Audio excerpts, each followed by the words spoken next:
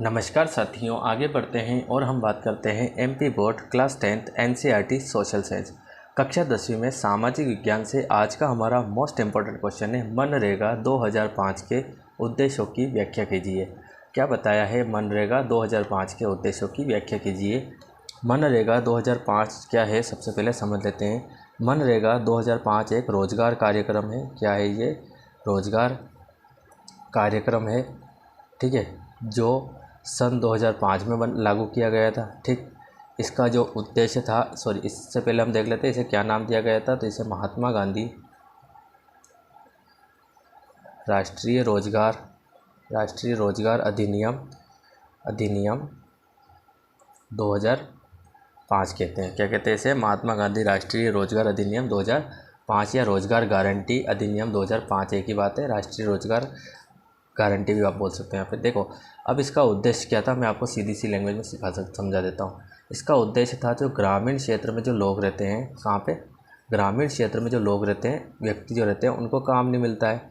तो इसका उद्देश्य था उनको काम दिलाना। क्या करना? काम दिलाना।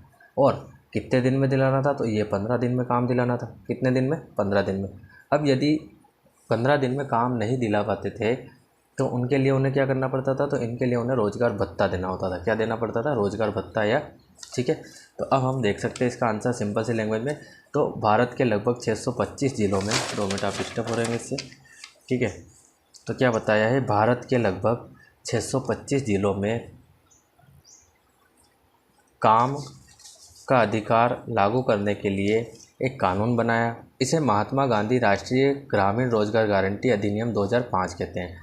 क्या बताया? भारत के लगभग 625 ज़िलों में काम का अधिकार लागू करने के लिए एक कानून बनाया। इसे महात्मा गांधी राष्ट्रीय ग्रामीण रोजगार गारंटी अधिनियम 2005 कहते हैं, ठीक है।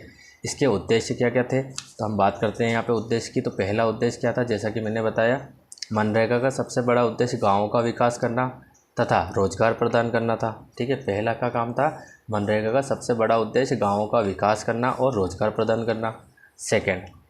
सेकंड में बताया है ग्रामीण क्षेत्र में निवास करने वाले गरीब परिवारों को 100 दिनों का रोजगार प्रदान करना। जो ग्रामीण इलाके हैं उसमें जो गरीब लोग, जो परिवार निवास करते हैं, उनको 100 दिनों के अंदर 100 दिनों का क्या करना? रोजगार प्रदान करना, मतलब काम देना, ठीक है।